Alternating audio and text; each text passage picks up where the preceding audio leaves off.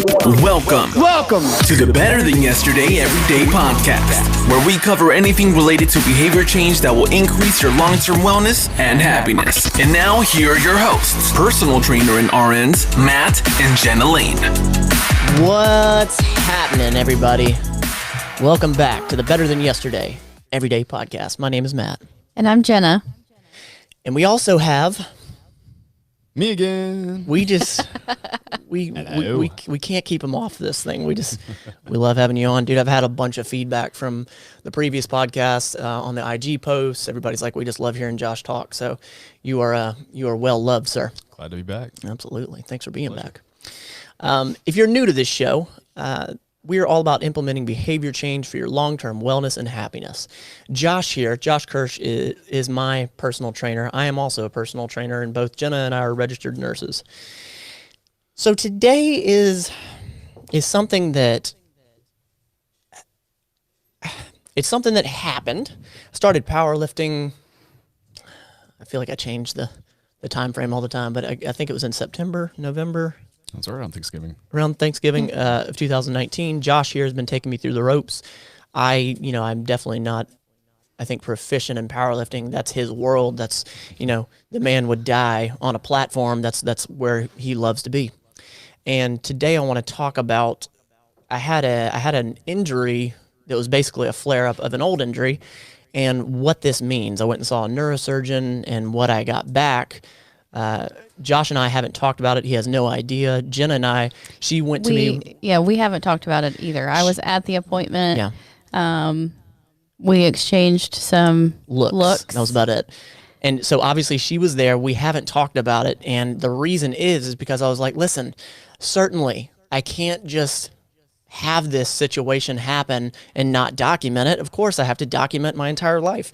But the reason is because I think it will bring value to the audience. And I think it's a good thing to document. So yeah. At the top of every show, we hit you with our gratitude point. This gratitude point is something that should shift your perspective.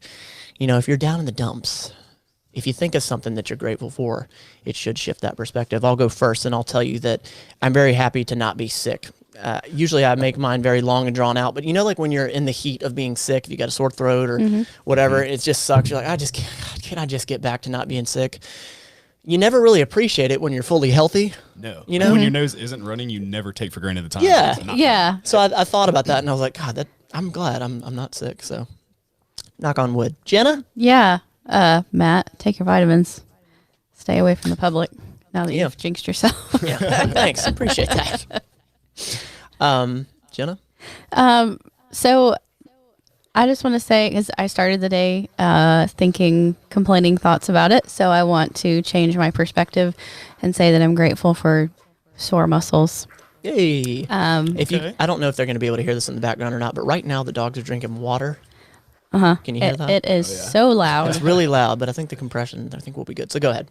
I'm thankful for sore muscles. So the last couple of days, we've had several days off of work. We're in between jobs, and so my extreme adulting lane edition is pressure washing basically the entire house. So I've spent 6 hours maybe in the last couple of days pressure washing the driveway and the. Is that why it looks so good? Yeah, it looks really good, right? I swear to God, I turned in and I know which house is yours, and I'm looking at it and I'm like, wait, hold on. The truck also might have thrown me off a little bit, but I was like, wait, yeah, that's theirs. Yeah, this house doesn't look like garbage. Am I at the right place? Yeah, we used to be like the mossy house. Yeah. And our driveway is in fact not green. Yes, much better. So, That's good. and I have a bunch more to do, and I'm excited about spending more time outside and doing that. But I just wanted to change my perspective of I'm grateful for some time off and the opportunity to make our house not look like we live in the side of a hill. And the sore muscle. Yes. Yeah. All right, Josh, if you got a gratitude point, hit us with it, bro. Man, of course I do. Man, I'm happy, grateful, whatever, to be strong. I have strong bones. My grandmother got admitted to the hospital this morning. Yeah. She fell late last night and fractured her clavicle and her hip bone. And I mean, I could fall out of this chair right now and would be fine. Like I'd pop back up and be like, oh, that sucked. Yeah. Okay. I'm thankful I have strong, healthy bones. I don't have I'm not at a fall risk. Yeah, exactly. Thankful for that. Yep. Yeah. And I think what a lot of people miss is, I think, and this is no shade towards your grandmother, but because it's a population that is that's just what it is. That's what happens, Yeah. But I think because of a lack of strength training, because of a lack of nutrition and really activity, I mean, that is absolutely why osteoporosis and, all these fractures happen, especially in the elderly community. I mean, even look at that generation and that time frame and what fitness was and the knowledge and, information that was out there. First of all, on fitness was slim to none in, the 30s to 50s. It was right around that time that it kind of started picking up with bodybuilding. And then, probably within the last 10, 15 years is when really the flood of information and everything new development-wise has come out. Well, there was a point in time, and I won't pretend to know the dates of when this was, but there was a point in time where doctors actually advised against strength training, heavy lifting. They said it was actually detrimental for the body. Yep. Well, and at that time, it very well could have been because the body mechanics and all of that information wasn't well known. Yeah, but I think it was an overlying theme of this is bad for you. I wonder if these were the same doctors that were like, "Hey, cigarettes are healthy for you. You should smoke Camels." Very. How the times have changed. The ones sitting at the nurse's station smoking and how the turntables have turned. Yeah. Okay, Michael. Yep. So I'll dive into this now, and I'm actually going to pull up a little something for Josh to look at. Went to the neurosurgeon after 2.5 months, you think? Was that about how long it was after having the pain? And about 8-9 weeks. Yeah, so it was a while. Was training with Josh, and powerlifting obviously is just brand new to me, and I just started having this pain in my back, which way back in the day I had a C6 compression fracture, and I had numbness and tingling then, and I hadn't felt any numbness and tingling ever since that initial injury. And it finally started coming back. Like I thought it was my back. I thought it was my neck. I wasn't sure. It was a lot of knots. And I was like, I need to stretch and I started doing like all the things, all the mobility pieces, anti-inflammatories, ice, heat, stem, just went to therapy, physical therapy. Like I was really trying to do all the things I could to rehab it. And I finally started getting numbness and tingling. And I remember you said, man, that's neuro. And of course it's neuro. I've had it before, and that's just a telltale sign that it's neuro. But, a what? Huh? A what? It's a telltale sign. So moving on. Jenna says it's telltale. I don't believe that it's telltale. So it started to worry me when this wouldn't go away. And luckily, Josh's significant other is a physical therapist, and I was just talking to her one morning at the gym, and I was like, I've been having this going on. And she said, well, what are your symptoms? How you feeling? And then I just randomly, I was like, this probably doesn't mean anything. But I told her, I've noticed it every now and then. I'll put my arm up over my head, like when I'm driving, when I'm sleeping, and it's unintentional. And she was like, that's a herniated disc. She called it right there. And when she said that, I was like, all right, I think I really need to pursue like imaging and all that. Long story short, went to my primary doctor, went to the neurosurgeon. Before I actually saw the neurosurgeon, I had this MRI done, and I'm now showing Josh the actual MRI itself. And in this, I'm pretty sure I'm going to include it in the thumbnail, but you will have clicked on this and you saw what you're looking at there, Josh, is C6, C5, and you can see the obvious, herniation and swelling. Now, this swelling on this image is actually, I believe it's much more reduced because I was having very little pain, having very little numbness and tingling when this was going on. I would say I was almost asymptomatic. And it's still, there's an obvious. It's a good little bit, right? Yeah, I don't know how to read like X-rays. Let me make that very clear. Right. I know like what the human anatomy should look like, and this is not how. That's not it. Yeah. So I didn't see that until I went and saw this. It looks like half the disc is just gone. I know. Like it's absolutely like. Yeah, this is crazy. Yeah. Now, and I will say this, I did know that I have degenerative disc disease. Okay. Now, I do have degenerative disc disease. I knew that. Yeah. But when I saw this, it was like, Long story short, I was speaking with the neurosurgeon, and, I was going to this neurosurgeon like, how do I get better? What do I need to do? I was honestly thinking I need a steroid pack. I think that's going to help the inflammation. This is going to be a one-time thing. Let's move on. But I asked, how quickly can I get back to lifting? I'm a power lifter, and I can't even say it. I still can't even say it that I'm not a power lifter. I have been. I wasn't going to call you out. Yeah, I'm not a power lifter, but I have been powerlifting. And I did say, I'm very into fitness wellness. That's my thing. And like any neurosurgeon, of course, she said, well, you don't need to be. You don't need to be picking up anything heavy. I would expect nothing less. And I respect a neurosurgeon's opinion, without a doubt. I will take it with a bit of a grain of salt, knowing that this neurosurgeon is speaking from, I think, first and foremost for the patient, but also a liability standpoint. 100%. I think also, I think it depends on how well-versed that neurosurgeon is, because the question back was, all right, so what is powerlifting? And I had to actually explain powerlifting is, and correct me if I'm wrong, but powerlifting is moving the most amount of weight as safely and as efficiently as possible one time. Would you agree with that? More or less, yeah. A basic definition. Yeah. Because her first response was, is that CrossFit? So, there's very limited knowledge of that. So that's why I say I take it with a grain of salt, and I tell you, the audience, doctors are ungodly intelligent, of course. This is a neurosurgeon. They know their stuff. Yeah. But doctors don't know everything. No. So that leads me to this conversation today of what needs to happen moving forward. What decisions do I need to make? What considerations are there? I will say that the human body is incredible and can recover from a lot. You and I, Josh, we talked about people that that have been through cancer that continued to power lift. Westside Barbell, and how he broke his back and continued to power lift. And I believe that it's possible to do it, but you correct me if I'm wrong. Looking at that, knowing that it's degenerative, knowing that, and I asked her, I said, what's going to happen if I continue to do it? She said, it's going to happen again. And I do believe that, and this is the first time in my life I've ever been told, basically, you have limitations. I've been told that. I'm not saying it's 100%, she's dead right, all that, but it's the first time that it's been said and that I've seen an image and I've felt something, there's been obvious limitations. So I really wanted to open this up because I knew you would have thoughts on it. Of course, I know you have thoughts on it. I know that these are going to be differing opinions of this. And there's some points that I also want to make about why would I continue or why not continue. So I want to hear what you have to say first, Jenna, because I think this is going to come from a much different place than Josh, obviously.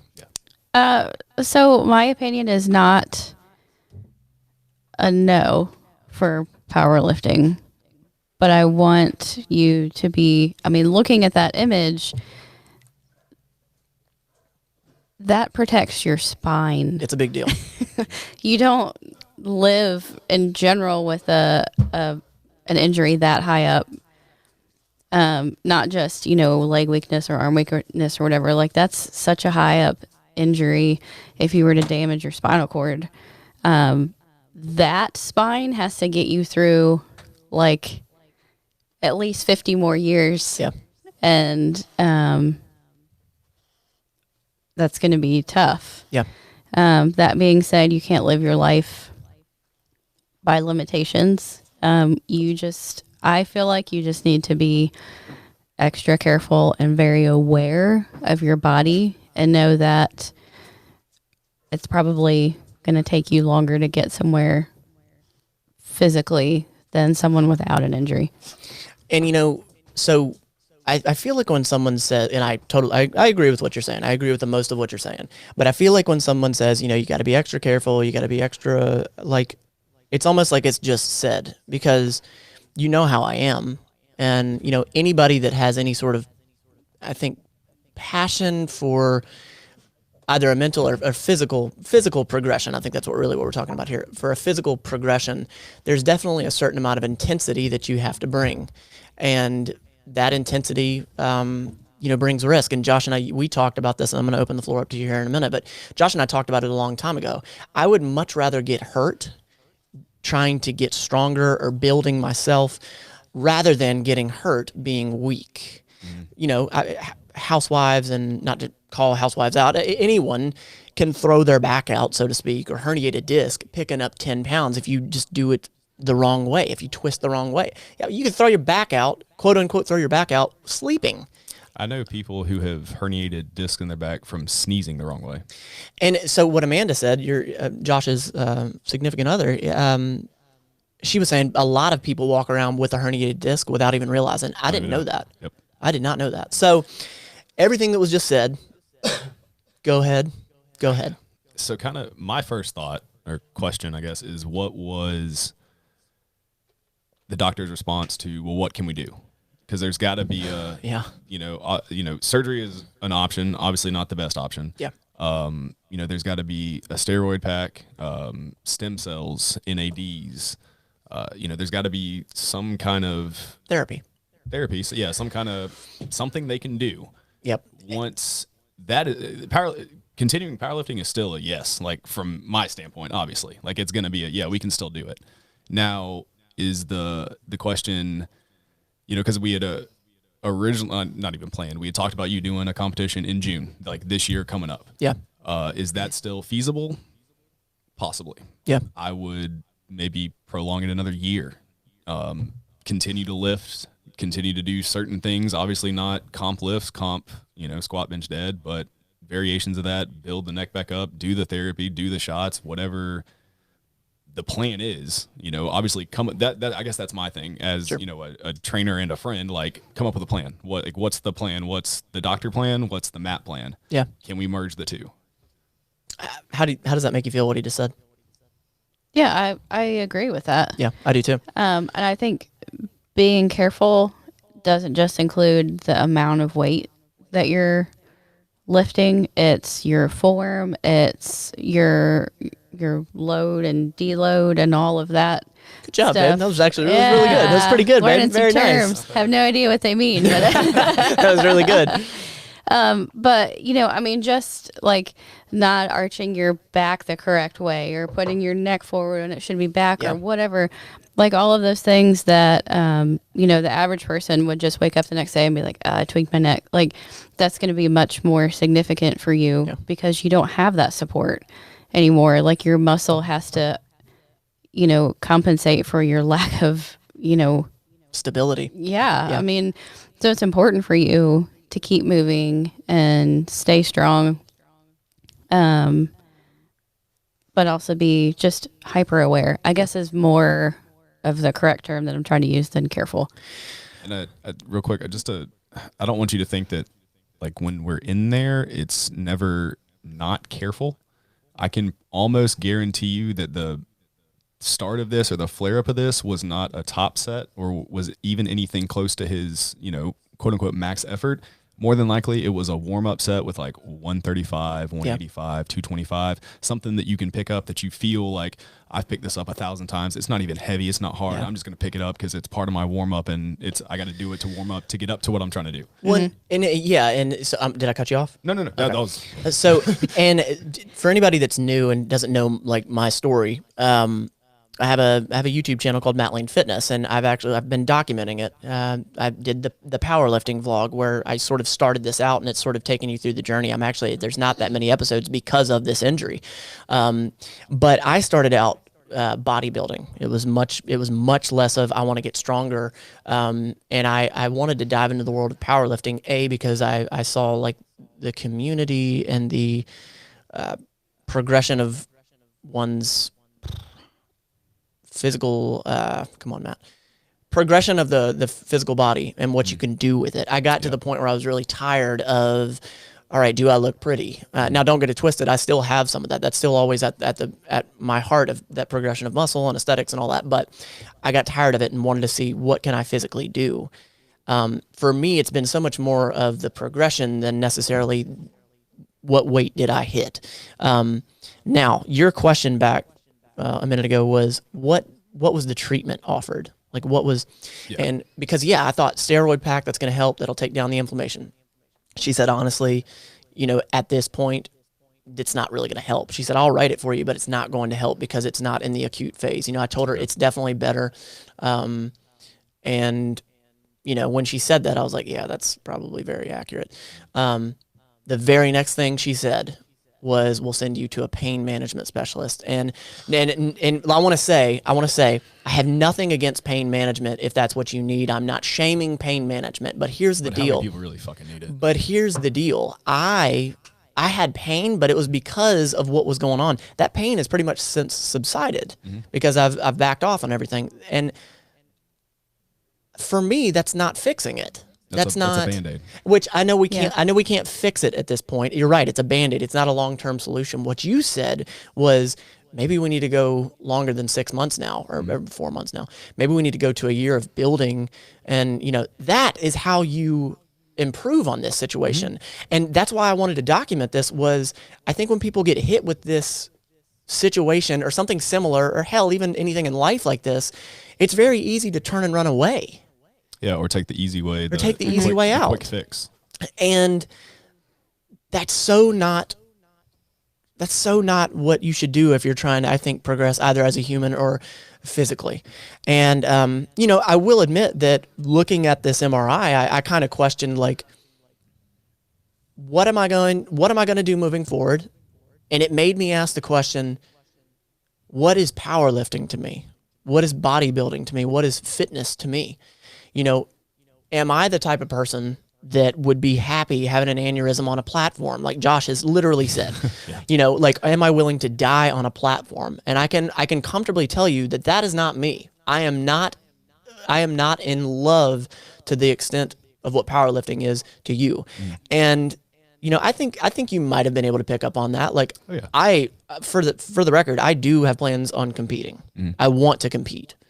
And we talked about that a little while ago. And it's, to me, what powerlifting is a competition with yourself and what I am able to do. Am I able to get up every single morning and go do what most won't do, and of course, some of that is picking up heavy weight. It's fucking fun. Yeah.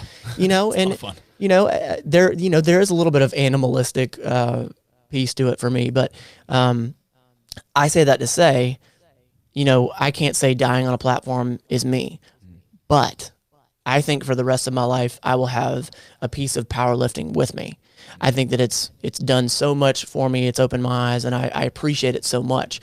So that was another reason why I wanted to have you on to talk about this, because I feel like it was almost like a bit of a coming out party of like, this is what it is. But I feel like too, if you, I'm not saying like you're going to do this, but if you just decide like, all right, I'm done with powerlifting, I'm not going to compete, I'm not getting on a platform, you're going to regret that decision for the rest of your life, because that what if piece is always going to be there. Yep. Like, I don't want you to hurt yourself. Sure. Okay. Like, but if come meet day, you're trying to hit a PR on something and your neck goes, like, are you going to be that upset? Because inevitably it's going to happen. Whether it's then or whether it's in 5 years, whenever the degeneration goes too far. Yeah. What did stem cells ever come up? Did that even get Absolutely into the not. No. Why? Pain management was the only thing that was offered. Then they gave me a list of who I needed to go see, and then they wanted me to get a flexion and an extension X-ray just to. Yeah. So there's more steps that need to be done for final. Which I think, even if you're like, I feel better, you need those flexion extension X-rays for the future to see your progression of your degeneration. I agree, but here's the thing: all that was really said was flexion extension X-rays and then pain management. The reason they're doing those X-rays is to show pain management, to give them the full scope of what's going on. Not necessarily. I mean, because you're doing the flexion extension to see, is the MRI is not showing the different. That's a good point. Yeah. Views. It's just a stationary view of your spine. There was nothing more besides pain management. There was nothing else mentioned. There was nothing. And I it's unfortunate because I'm a proactive person, and I luckily have a a lot of medical knowledge and wellness knowledge, knowing that there are other options that I'm not even aware of, but I know there are options. And it's unfortunate for someone else that goes in there that has the same issue or similar issue. That's it. Yeah. They start pain management, they're screwed, and they're hooked for life. They're hooked for life. Now, and I say that to say we actually do have a few people that watch the podcast that have pain management in their life, and it's helped. But I know a lot of people that have had pain management, and it's been even worse. Yeah, like not trying to blanket statement everyone on pain management, but the majority of people that get on pain management aren't supposed to be on it in the first place. Right. It's just a doctor throwing them a script, and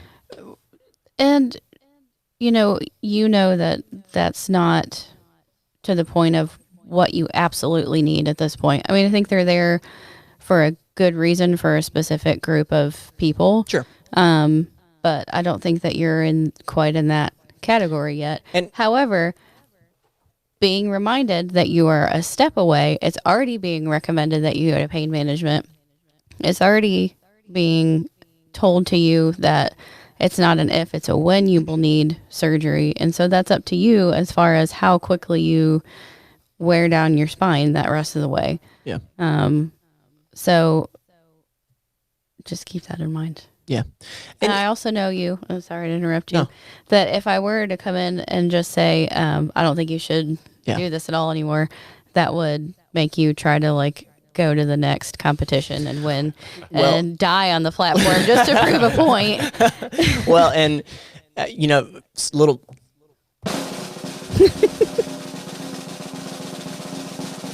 Matt's ADD moment, everyone.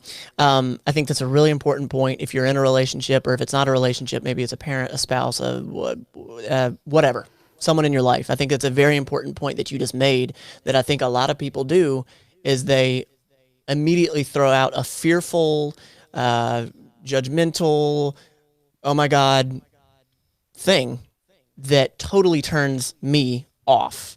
And, it's a very intelligent move on your part, knowing that you come at it supportive, not confrontational. So big ups to you on that. I think that's important to point out. But I've learned my lesson. Yeah. Been around the block. It's been 85 years. Yes. Josh with the time references. He nailed it. Thank you. 85 years. So again, that's what today is. And so it started making me think, like, let's say that I do compete. And before we get there, I think that if I don't compete, you're right. There's going to be a day I'll look back at it and be like, damn, I never tried. I think I told you I was 2 hours away from stage time for my first bodybuilding competition.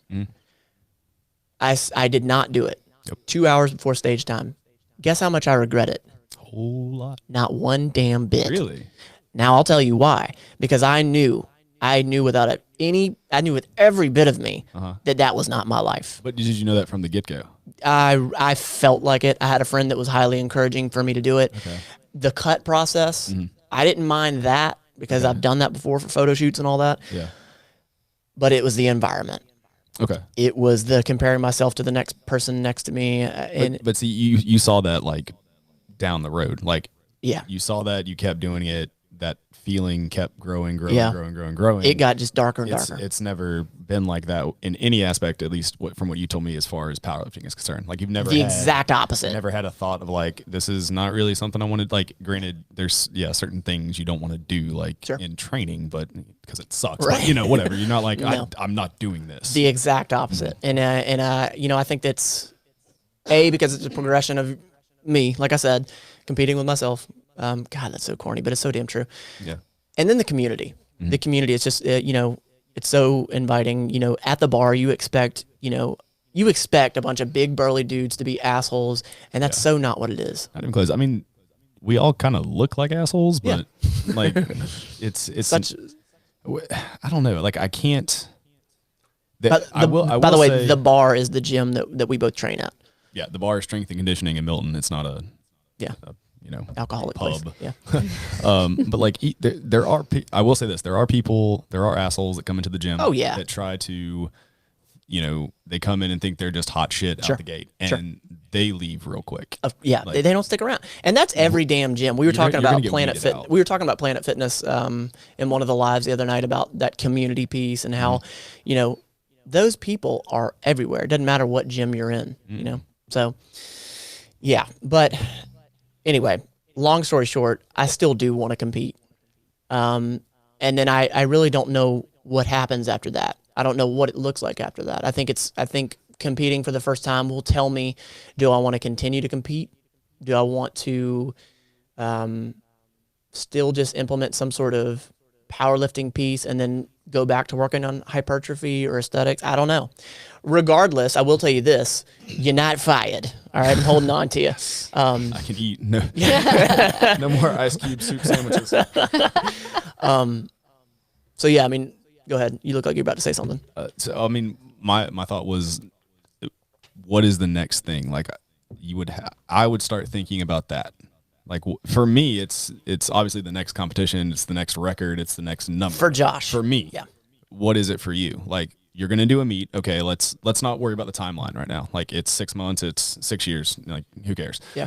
What's the next thing? Like, where do you go from there? And that's a good question. I think doing my first meet will Strongman. I feel like that's the exact opposite direction I should go.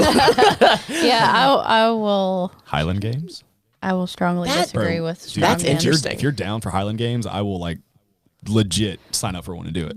What is that? I don't know much about it. It's Scottish Games. Camber log throw. Like they throw the telephone pole looking thing. Okay. There's the. It's not strong, man. It's quick shaking your damn head. It's called Highland Games. I forget the other one. The hammer throw is one. Oh, hammer okay. throw, and then I think there's a third. I don't really remember. Okay. But you get to wear a kilt. Nice. Awesome. See, that's rad. Any reason to wear a kilt, That's you cool. gotta take that. That's pretty rad. Do you? Have you seen Braveheart? That's pretty dope. Yeah. That is pretty Come rad. on now. Well, I didn't. Yeah. So your question, I think, was my question, and I think when I get on that platform, when I get done, I think I'll know either way if it's, do I want to compete again? This is a one-time thing. Is it in my head right now? Regardless if I compete more than once or if it's only once, I really feel like powerlifting is going to be a big piece within my training for the rest of my life.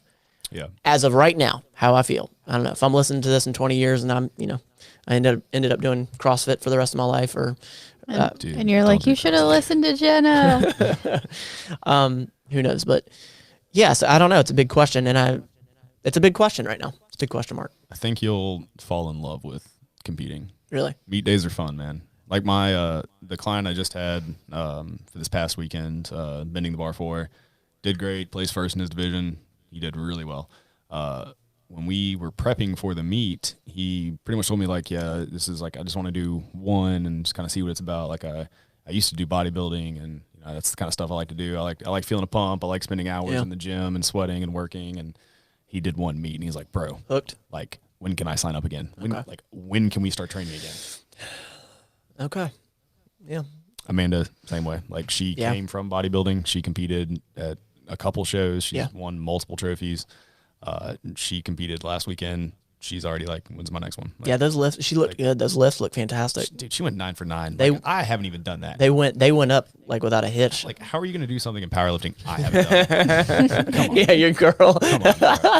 And she hasn't been powerlifting too long now. Let's not talk about that. No, she's been doing great. I can't complain. It's nice to have something that you can compete against your significant other in. You can care about the same thing. It's one thing that you can do so many things with and have so many emotions in. Like obviously, like I lift more weight than her. Yeah. We're obviously in different weight classes, but we can compete for a Wilks. Right. So, And explain what the Wilks is. oh God. Okay. All right. Basically, it's Just, I mean, the basic piece of it. okay. Basically, Wilks is your gender, your body weight, and then total weight lifted, and then there's some mathematic formula, I don't know what it is, and it gives you this number, and whatever that number is your Wilks. Yeah. Like I have a right at a little over 400, which is like impressive. Sure. Like I don't think it's impressive at all, considering the number one dude in my weight class has a 600 Wilks. Yeah. Which is the highest in human history, but whatever. Right.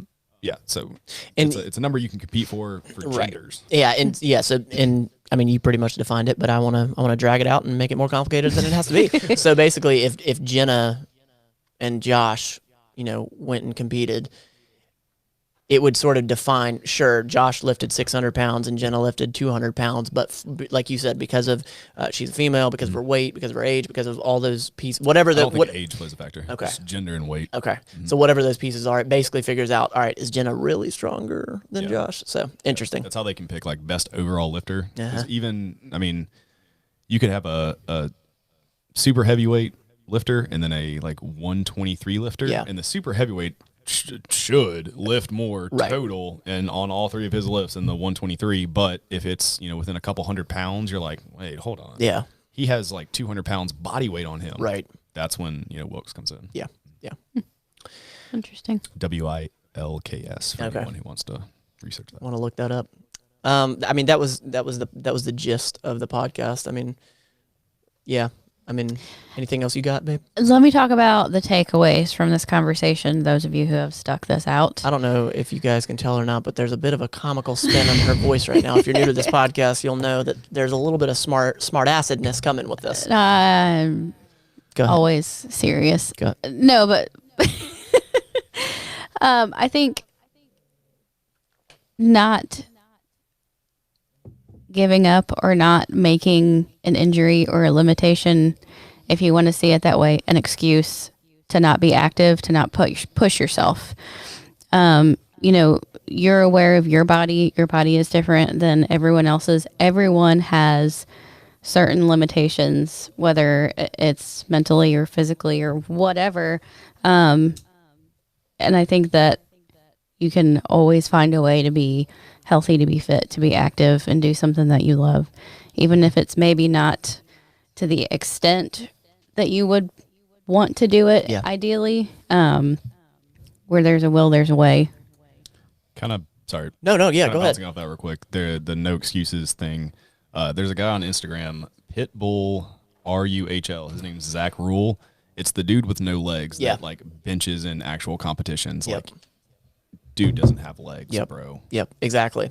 And I think that's what's so important that I sort of was reaching and trying to figure out. That's that important piece. And I'm not a miraculous human being for doing it, but I think it creates clarification for someone out there that's listening right now. If you ran across this situation, I think it's really important to ask the question, why would I continue to powerlift, or why would I not continue to powerlift? Let's say that I was like, I just don't like powerlifting.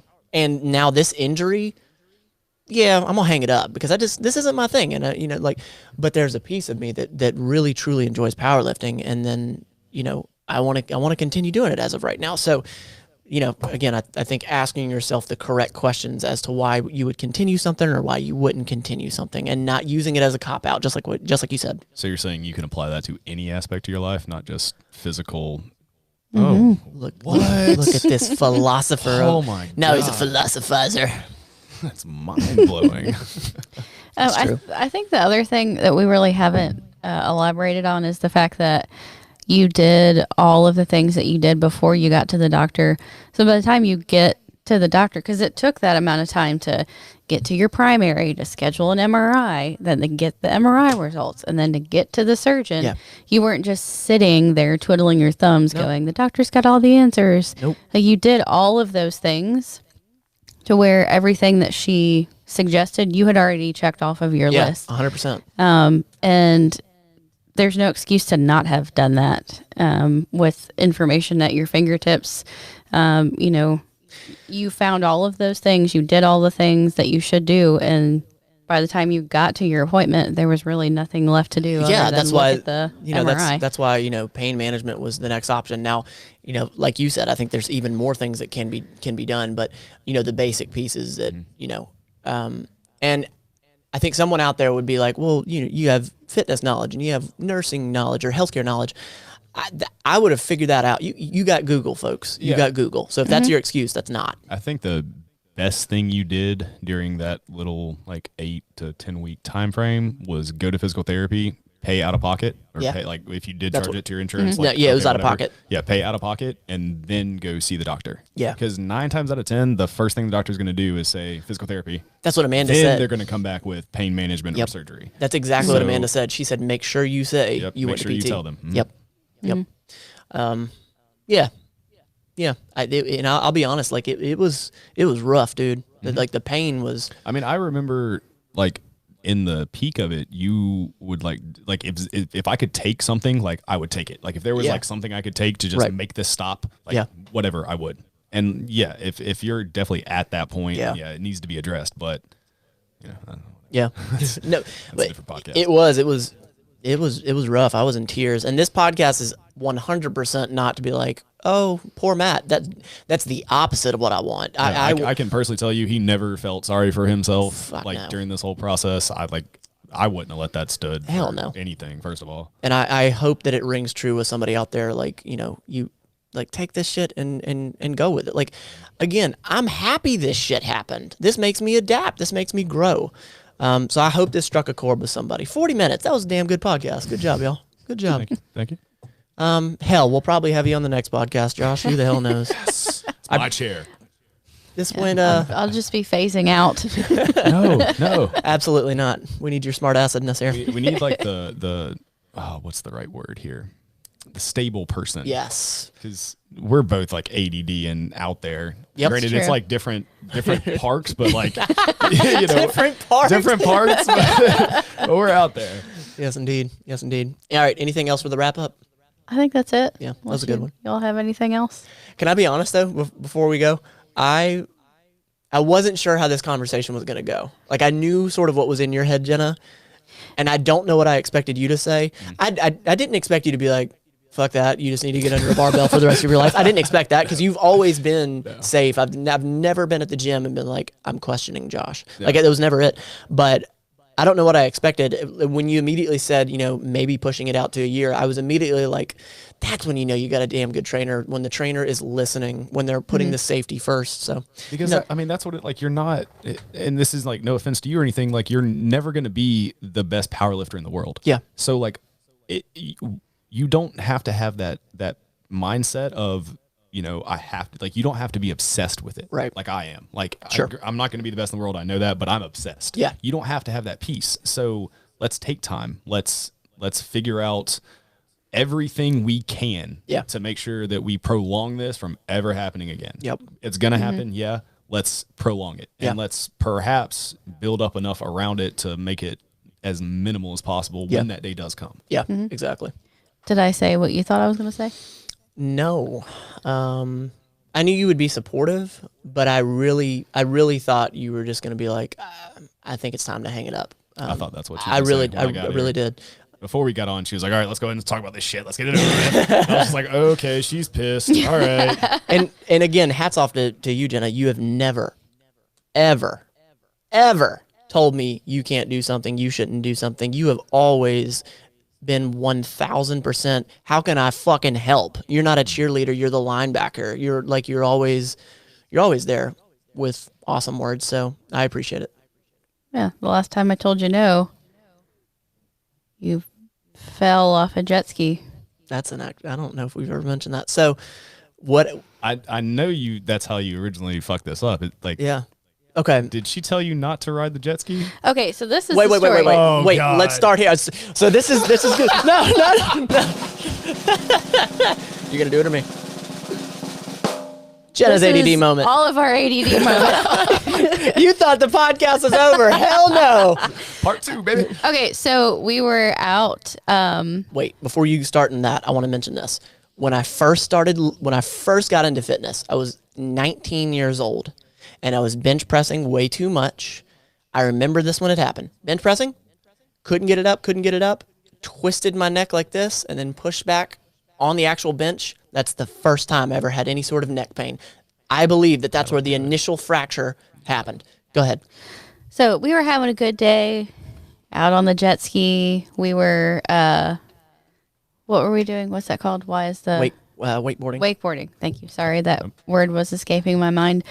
And we were going underneath a bridge. And every time we went under this bridge, when Matt was wakeboarding, he tried to get as close to the pilings as he could.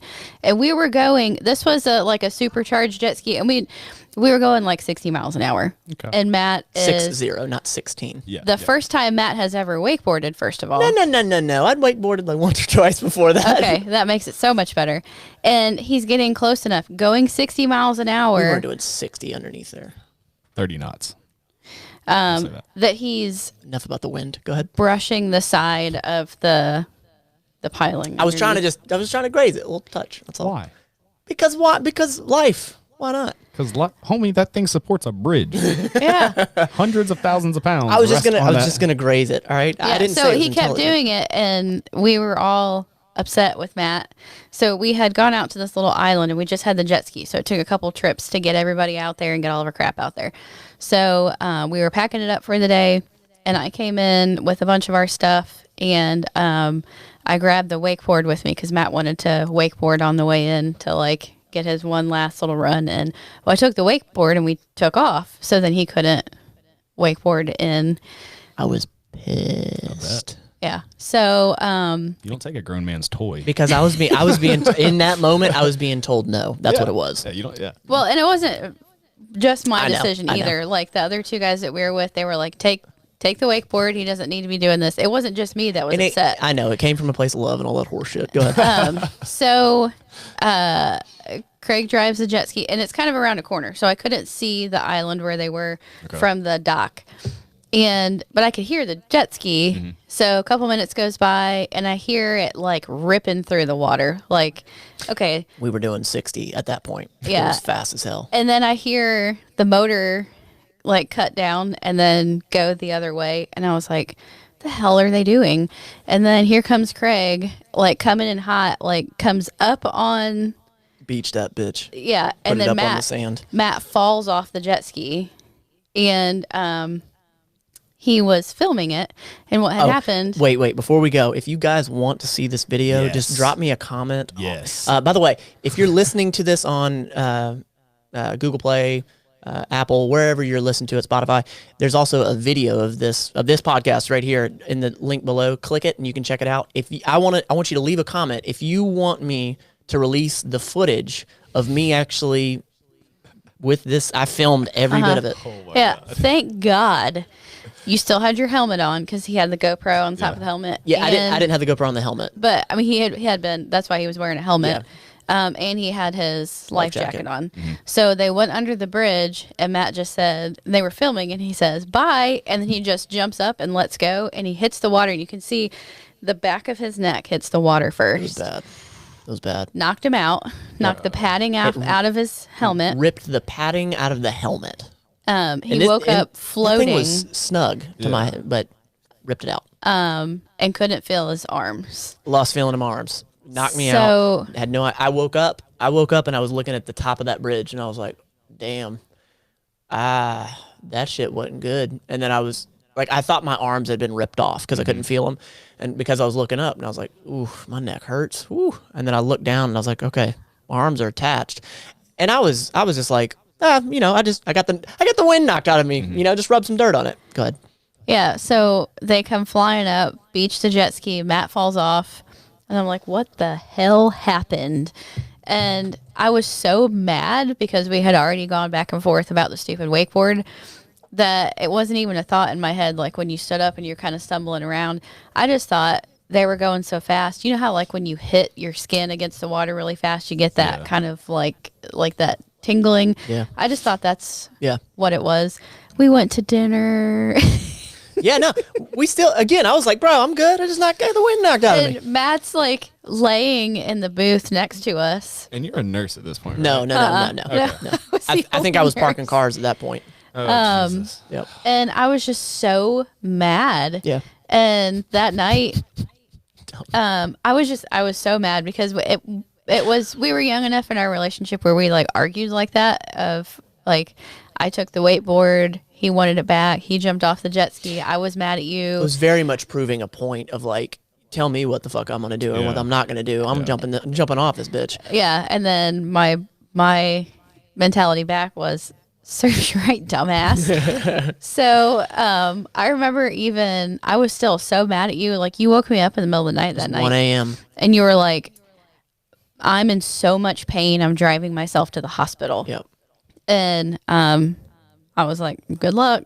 And I rolled back over, went to Cold-blooded. Damn. Yep. Yeah. So I got there, and I won't say what ER I went to, but they're like, "Yeah, you look great." They sent me home with some Lortab. Does it start with a W? No.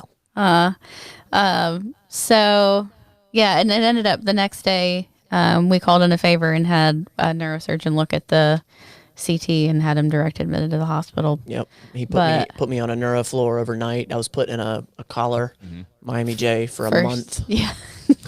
For a month. Luckily, I didn't have to have surgery. I was so mad at you. That's when we were repainting the house. There's pictures of us. Oh yeah. I would go to work because you were out of work for a month. For 4 or 6 weeks, and I would paint the edges, and Matt could do the roller. There's pictures he sent me of him painting the walls because I would be so mad when I left. I'd be like, you are sitting on your ass all day. This is your fault. Go paint while I'm at work. For the record, the numbness and tingling stopped, probably when I was released from the hospital. It wasn't like I don't have it now. You had it intermittently for a good while. couple of years. Yeah. So whenever I felt that numbness and tingling because of like the gym and all that, like that's when I was like, ooh, something's not right. Yeah. And for those that don't know, when you fall off a jet ski or a boat or jump off of a bridge, the water is not soft. It is like landing on concrete that you go through. solid. Yeah.